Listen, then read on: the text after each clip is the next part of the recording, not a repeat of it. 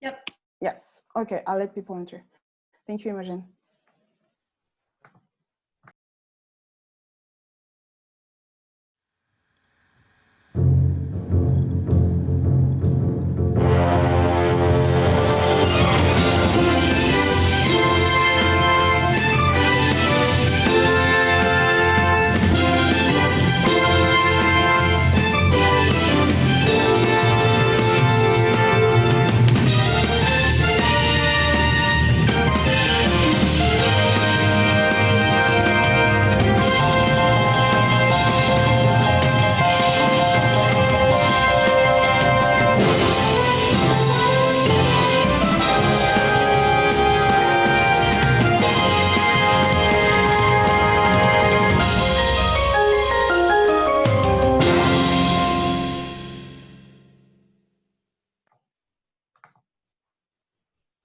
Bonjour à tous et à toutes, bienvenue à cette édition de nos webinaires Brunch and Learn. Nous sommes ravis de vous accueillir parmi nous aujourd'hui et espérons que vous vous portez bien. Je suis Muriel Vincent, la coordonnatrice des communications et des réseaux sociaux du projet de la Réalité climatique Canada. Je suis accompagnée aujourd'hui par ma collègue Imogen Sortini, coordonnatrice des TI et des réseaux sociaux. Nous avons l'honneur d'avoir Sandrine Cabana de Gagny, coordonnatrice de Piétons Québec, qui a bien voulu se joindre à nous aujourd'hui. Cette série Brunch and Learn est l'occasion pour nous d'explorer les thèmes abordés dans le classement de la Ligue nationale du climat. Le classement 2019 présente 15 indicateurs de durabilité principaux qui comparent l'action climatique des villes participantes à travers le Canada. Il présente également des exemples de meilleures pratiques dans ces domaines. Nous vous invitons à télécharger le classement sur le site lnc.carrefourclimat.ca et à explorer notre série de webinaires sur hubflix.carrefourclimat.ca. Vous pouvez retrouver tous ces liens et ces ressources dans l'espace de clavardage. Aujourd'hui, nous sommes impatients et impatientes de discuter de la marche, premier maillon de la chaîne de mobilité durable et des avantages collectifs et individuels qui existent et qui sont liés au déplacement à pied. Comme mentionné tantôt, nous avons le plaisir d'être rejoints par Sandrine Cabana de Gagny, coordonnatrice de Piétons Québec. Sandrine occupe ce poste depuis janvier 2020. Auparavant, elle a œuvré au sein de Vélo Québec pendant plus de 5 ans, notamment à titre de chargée de programme pour le mouvement Vélo Sympathique. Sa formation en gestion de projet en sciences politiques puis en communication, son expérience en développement de projet et coordination d'équipe, ainsi que ses connaissances des enjeux liés au transport actif sont d'autant d'éléments qu'elle met à profit dans son travail chez Piétons Québec. Je vous rappelle rapidement que vous pouvez poser des questions à tout moment en utilisant la fonction questions et réponses au bas de votre écran.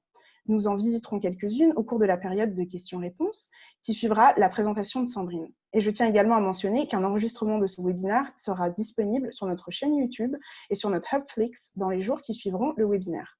Merci beaucoup de nous avoir rejoints aujourd'hui, Sandrine. La parole est à toi. Bonjour à tous. Donc, je vais partager mon écran.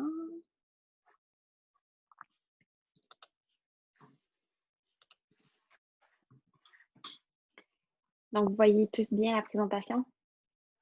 Oui, c'est bon. Parfait. Donc, oui, aujourd'hui, on parle de la marche, premier maillon de la chaîne de mobilité durable. Donc, je suis coordonnatrice de Piétons Québec, comme Muriel vous l'a dit. Piétons Québec, c'est une organisation québécoise de défense collective des droits des piétons. Donc, on s'attache à valoriser la marche comme mode de déplacement et à faire évoluer les lois, les normes et les pratiques pour améliorer la sécurité et le confort de toutes les personnes qui se déplacent à pied au Québec. Donc, on veut donner une voix spécifique aux piétons et devenir un acteur central pour leur mobilisation et leur concertation. Donc, ce qui nous intéresse aujourd'hui, c'est la question de la marche. Donc, avant de rentrer dans le vif du sujet de comment créer des environnements favorables à la marche, on va aborder un petit peu la question de pourquoi créer des milieux favorables à la marche. Donc, comme vous l'avez vu dans le titre du webinaire d'aujourd'hui, la marche est vraiment le premier maillon de la chaîne de mobilité durable. D'abord parce qu'on est tous piétons, donc la marche est vraiment le maillon essentiel de tous les déplacements. Qu'on se déplace en transport collectif, en autopartage, en covoiturage ou même en auto-solo, on doit être piéton à un moment ou à un autre. Donc, aussitôt qu'on débarque de notre moyen de transport, on devient piéton. Donc, encourager la marche et créer des environnements qui lui sont favorables, c'est encourager l'intermodalité. C'est pourquoi on dit que c'est vraiment le premier maillon de la chaîne. La marche doit aussi être considérée comme un mode de transport à part entière parce que ça peut aussi permettre en elle seule de faire un déplacement. On veut aussi encourager la marche pour des raisons multiples, les avantages multiples que ça apporte, autant au niveau individuel, donc améliorer la santé. La marche réduit le risque de maladie du cœur, d'accidents vasculaires cérébrales. Ça permet de baisser la tension artérielle, d'augmenter la densité osseuse, donc de prévenir l'ostéoporose et les blessures, de réduire la dépression et l'anxiété. Donc, c'est aussi une façon de contrer l'isolement, donc de se déplacer dans son quartier à pied, permet de rencontrer des gens. C'est vraiment une échelle humaine.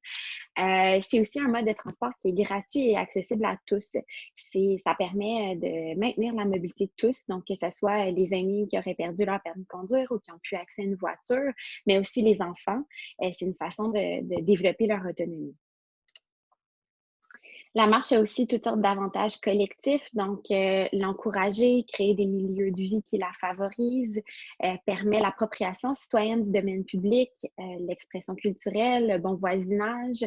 Ça permet aussi d'améliorer la vitalité des commerces de proximité parce que c'est plus facile de visiter nos commerces locaux à proximité de chez soi à pied.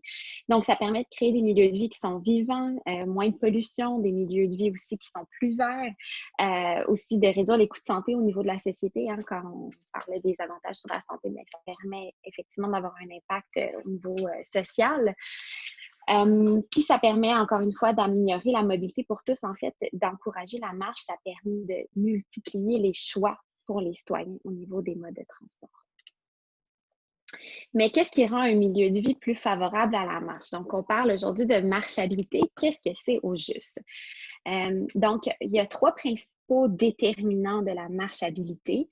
Le premier, c'est la densité. Donc, on veut une densité qui est moyenne à élevée, c'est-à-dire un nombre de personnes par superficie qui est suffisant, qui permet de réduire les distances à franchir. Donc, quand on a une densité plus grande, on a une plus grande proximité des services qui est possible. C'est aussi une question de compacité. Donc, on veut oui, une densité, mais aussi des bâtiments qui sont plus petits, donc moins vides. On peut éviter les grandes tours à bureaux ou à résidence, puis plus avoir des bâtiments là, qui sont plus à échelle humaine. C'est aussi la diversité, donc avoir une mixité des usages résidentiels, commerciaux, de services, institutionnels, récréatifs, donc ce qui permet encore une fois de réduire les distances à parcourir pour avoir accès à tous les services auxquels on souhaite avoir accès de façon quotidienne ou régulière. C'est aussi le design. Donc, le design inclut vraiment beaucoup de facettes. C'est à la fois la connectivité, donc d'avoir une trame de rue qui est plus perméable, qui permet des déplacements plus courts, plus efficaces à pied. Par exemple, comme vous le voyez sur la diapo, là, la distance entre les points A et B sur les 2 images est la même à vol d'oiseau. Mais si on regarde selon la trame de rue, ben, c'est beaucoup plus efficace de se déplacer du point A à B dans la figure à droite qu'à gauche. Donc, ça va être un environnement à droite qui favorise beaucoup plus les déplacements à pied plus efficaces. On veut aussi des infrastructures piétonnes qui permettent les déplacements à pied plus sécuritaires, plus conviviaux, du mobilier urbain aussi qui permet une animation de la rue. Donc, en fait, la marchabilité, là, c'est toutes sortes de facettes de la ville qui permettent d'agir sur les leviers réglementaires, sur la conception des rues pour rendre les déplacements à pied plus attractifs, plus conviviaux. Un autre déterminant important, c'est la sécurité. Donc, il y a la sécurité réelle là, des gens, mais aussi le sentiment de sécurité. Donc, un milieu ne peut pas être favorable à la marche si les piétons ne sont pas en sécurité puis ils ne se sentent pas en sécurité. Les piétons sont les usagers les plus vulnérables de la route, donc par équité, ils doivent être aussi les plus protégés lors de leur déplacement. Ce qu'il faut comprendre, c'est que les décès piétons puis les collisions graves sont évitables. On peut agir pour les prévenir puis pour encourager la marche. le principal facteur de risque pour les piétons, c'est l'exposition au risque, donc avec l'exposition aux voitures, puis aussi la vitesse pratiquée par ces véhicules-là. Donc, on le sait, ça fait des années qu'on le répète, quand on roule plus vite, ben on rallonge la distance de réaction, le délai de réaction, on rallonge aussi la distance de freinage, mais c'est aussi un risque direct sur la probabilité de décès. Donc, comme vous le voyez dans le graphique à droite, un piéton qui se fait happer par un véhicule qui roule à 30 km/h a 10 de chances de décéder. Ce risque-là augmente de façon exponentielle selon la vitesse du véhicule et pourrait être à 75 s'il se fait frapper à 50 km/h. Donc, c'est vraiment un facteur de risque très important qui agit sur la sécurité des piétons. Il y a aussi le sentiment de sécurité qui est important. Donc, c'est pas juste d'être en sécurité, mais c'est de se sentir en sécurité qui permet d'encourager les déplacements à pied. Donc, on veut un paysage qui est intéressant, une animation, c'est-à-dire des gens qui utilisent ces aménagements-là, qui sont présents sur la rue. Ça fait aussi une surveillance indirecte sur la rue. Et un éclairage aussi adéquat. Donc, surtout quand c'est un endroit, par exemple, dans un parc ou qui n'est pas sur le bord de la rue, on veut un éclairage qui permet de se sentir en sécurité. Comment on crée des milieux de vie qui favorisent les déplacements à pied? Ben, en fait, je viens de vous parler des 3 déterminants principaux de la marchabilité. Donc, on peut agir sur ces 3 déterminants-là. Puis, le design, ben, c'est sûr que c'est le déterminant le plus facile sur lequel on peut agir parce qu'au niveau de la densité puis de la diversité, ben, c'est un petit peu plus complexe à agir puis c'est moins rapide. On veut agir sur ces déterminants-là aussi, sont très importants, mais le design est probablement le déterminant le plus facile sur lequel on peut agir. On peut aussi améliorer la sécurité en adoptant la vision zéro. Donc, je vais vous parler de ça en détail. Donc, on peut agir sur le design en modérant et en apaisant la circulation par la géométrie de la rue. Donc, on veut créer un champ visuel qui est plus limité, des chaussées, une chaussée moins large, des voies plus étroites et réduire le nombre de voies. Donc, souvent, ce qu'on voit, c'est que les municipalités vont changer les limites de vitesse. Donc, c'est quelque chose qui se fait de plus en plus dans les villes. On va changer les limites de vitesse, on va les abaisser parce qu'on sait que la vitesse est un déterminant par rapport à la sécurité des piétons. Mais c'est bien important aussi de pas seulement changer le panneau, mais aussi de changer la configuration de la rue pour inciter à cette réduction de vitesse-là.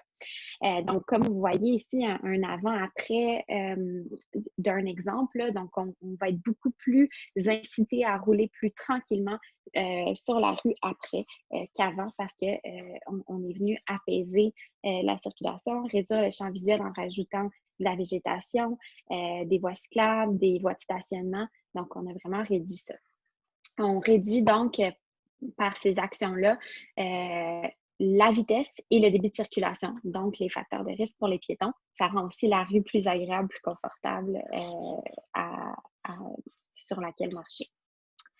On peut aussi ajouter des mesures de modération de la circulation, comme par exemple des dos d'âne allongés qui permettent de réduire la vitesse, des passages piétons surélevés qui permettent d'améliorer la visibilité des piétons quand ils traversent, des saillies-trottoirs qui vont forcer le ralentissement de vitesse lors des virages, mais qui vont aussi améliorer la visibilité réciproque entre les piétons, les automobilistes, également réduire la durée d'exposition au risque, donc réduire la largeur de la voie à traverser.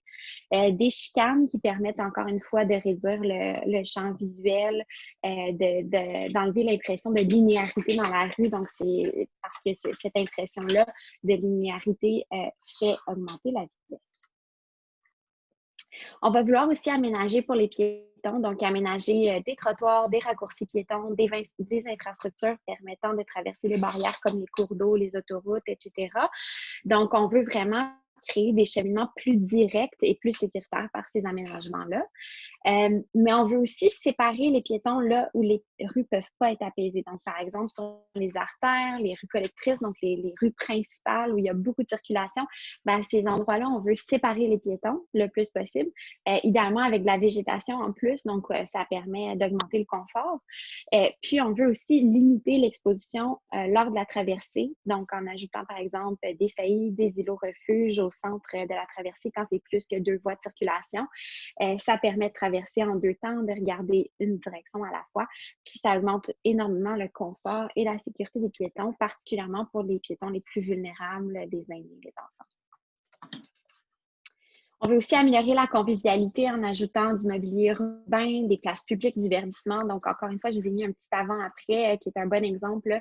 La rue était déjà tranquille avant, sauf que là, on est venu à l'aide d'aménagement, de mobilier, de verdissement. On est venu rendre la rue beaucoup plus agréable et conviviale à pied. Les municipalités peuvent aussi adopter l'approche Vision Zéro en sécurité routière, qui est une nouvelle approche qui vient de Scandinavie, qui est progressivement intégrée au Canada. Donc, ça permet vraiment un changement de cadre et de culture. La Vision Zéro a au centre de cette approche-là le concept que la vie est prioritaire, encore plus que la mobilité. Donc, si on a la capacité d'agir pour réduire les décès, on a l'obligation éthique de le faire. La stratégie ne vise pas juste à éliminer, vise pas en fait à éliminer toutes les collisions parce qu'on sait que ça peut arriver, mais ce qu'on veut, c'est vraiment éliminer les collisions qui vont entraîner des décès et des blessures graves. Puis comment on le fait? C'est que plutôt que d'axer la stratégie de sécurité sur les comportements individuels, on va regarder une approche qui influence les systèmes et l'environnement bâti, puis créer des environnements qui font en sorte qui pardonnent les erreurs des humains. Donc, on va créer des environnements qui vont vraiment réduire les risques de décès et de blessures graves. Donc, comme ce dont je viens de vous parler, là, des exemples d'aménagement qui vont inciter la réduction de vitesse, le débit, etc. Donc, je vous ai présenté rapidement des grands exemples de concepts d'actions qui peuvent être faites, mais comme citoyen, qu'est-ce que vous pouvez faire? Bien, en fait, vous pouvez interpeller vos élus municipaux pour demander qu'ils agissent sur ces 3 déterminants-là de la marchabilité. Idéalement, vous faites une demande claire à vos élus municipaux, donc par exemple d'ajouter une faille, un îlot refuge, d'intégrer la vision zéro. C'est des exemples de demandes que vous pouvez faire auprès de vos élus.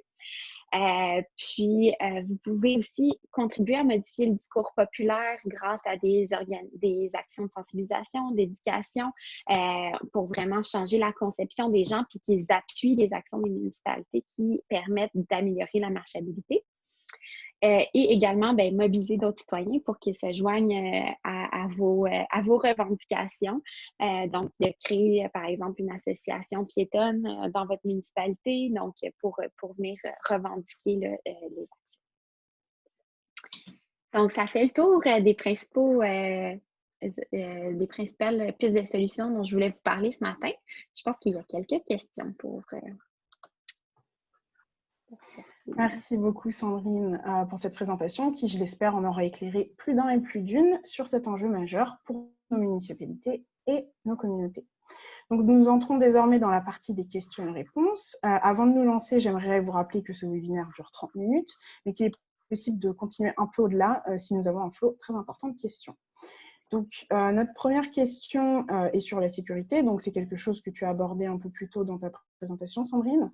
Et la question est la suivante. La sécurité des piétons est un enjeu majeur, particulièrement aux abords des écoles primaires. Qu'est-ce que les citoyens, citoyennes peuvent faire pour la garantir dans leur communauté? Oui.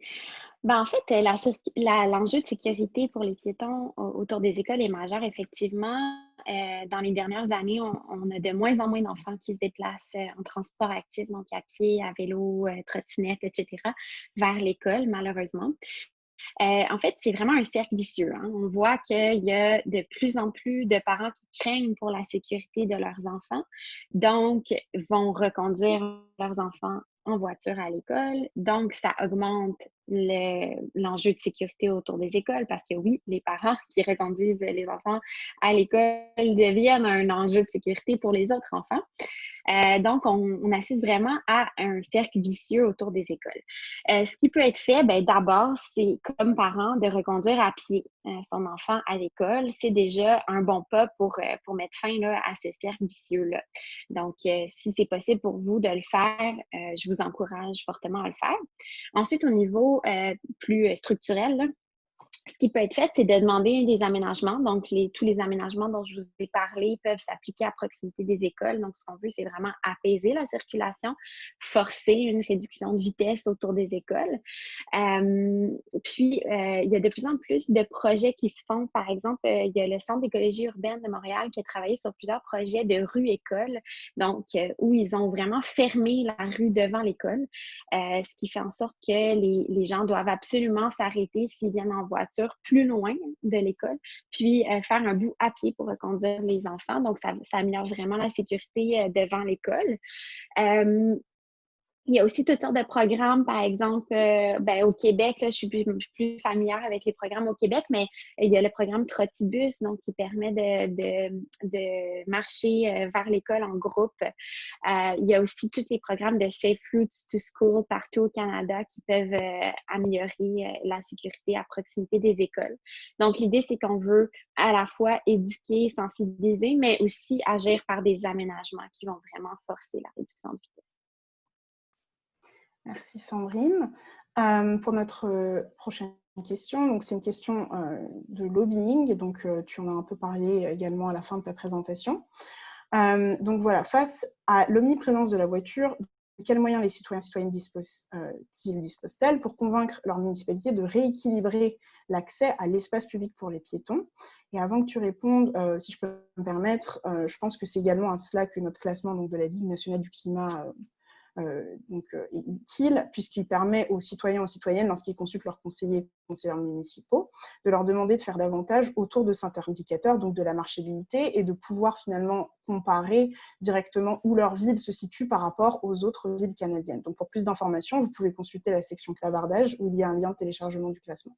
Et Sandrine, je te laisse répondre. Oui, j'ai abordé un petit peu la question, mais ce que je vous dirais aussi, c'est d'aller participer à votre conseil municipal. Donc, oui, adressez-vous à vos élus par courriel ou par les moyens que vous avez, mais aussi présentez-vous à la séance du conseil, posez des questions.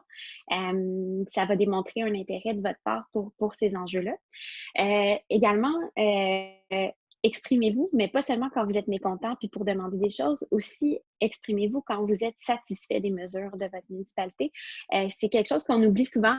Hein, on a tendance à plus s'exprimer quand on est mécontent, mais les municipalités ont besoin d'appui quand elles font des mesures qui sont positives pour les piétons parce qu'il y a d'autres gens qui vont être mécontents d'avoir perdu une place de stationnement ou une place de circulation. Donc, c'est vraiment très important aussi d'aller puis d'appuyer les mesures des municipalités qui vont dans le sens d'une meilleure marchabilité. Par la suite, j'en ai parlé aussi tout à l'heure, rassemblez-vous, puis présentez vos demandes clairement à la municipalité. Merci. Pour notre prochaine question, une participante demandait, disons qu'un nombre important de citoyens ou de citoyennes se mettent à la marche régulièrement, quels impacts concrets sur la réduction des gaz à effet de serre et en combien de temps pourrait-on en observer les effets? Oui, c'est une question difficile, hein, parce que c'est sûr qu'à pied, on n'effectue pas des distances énormes. On est dans des courtes distances. Par contre, comme j'en ai parlé au tout début de ma présentation, la marche est vraiment la base de tout déplacement, puis particulièrement de tous les déplacements durables. Donc, si on veut un transport collectif qui est structurant et qui est efficace, il faut aussi aménager des environnements qui sont favorables à la marche pour qu'on puisse se rendre à l'arrêt d'autobus, au métro, au tramway, etc. Donc, on veut vraiment un environnement qui est plus favorable à ces déplacements courts. Puis, on se demande toujours, quand on est dans le transport collectif, comment va être effectué le dernier kilomètre. Le dernier kilomètre est très important pour inciter les gens à vraiment adopter un mode de transport durable. Donc, d'où l'importance d'intervenir sur la marche. C'est pas nécessairement de prioriser ce déplacement-là, ce mode de déplacement-là par rapport aux autres modes de déplacement durables, mais c'est vraiment de s'assurer qu'il puisse être fait de façon sécuritaire, conviviale, pour pouvoir avoir une meilleure intermodalité, puis vraiment encourager la mobilité durable. Parfait, merci. Donc, on a une question qui dit « Je suis dans une ville, Trois-Rivières, où les passages piétonniers ne sont pratiquement pas respectés. Quelles sont les stratégies que d'autres villes ont utilisées pour pour un plus grand respect de la part des automobilistes? C'est une question pas facile, je vous dirais. C'est encore un enjeu très important dans beaucoup de municipalités, le respect du passage piéton. Il y a plusieurs volets à cette question-là. Le premier volet, ça serait au niveau des aménagements, encore une fois. Donc, c'est sûr que d'ajouter des side-trottoirs ou de faire un passage piéton qui est surélevé, mais ça peut augmenter la visibilité du passage piéton, puis forcer une réduction de vitesse, augmenter la visibilité réciproque. Donc, encore une fois, au niveau de l'aménagement, on peut agir pour inciter certains comportements chez les automobilistes.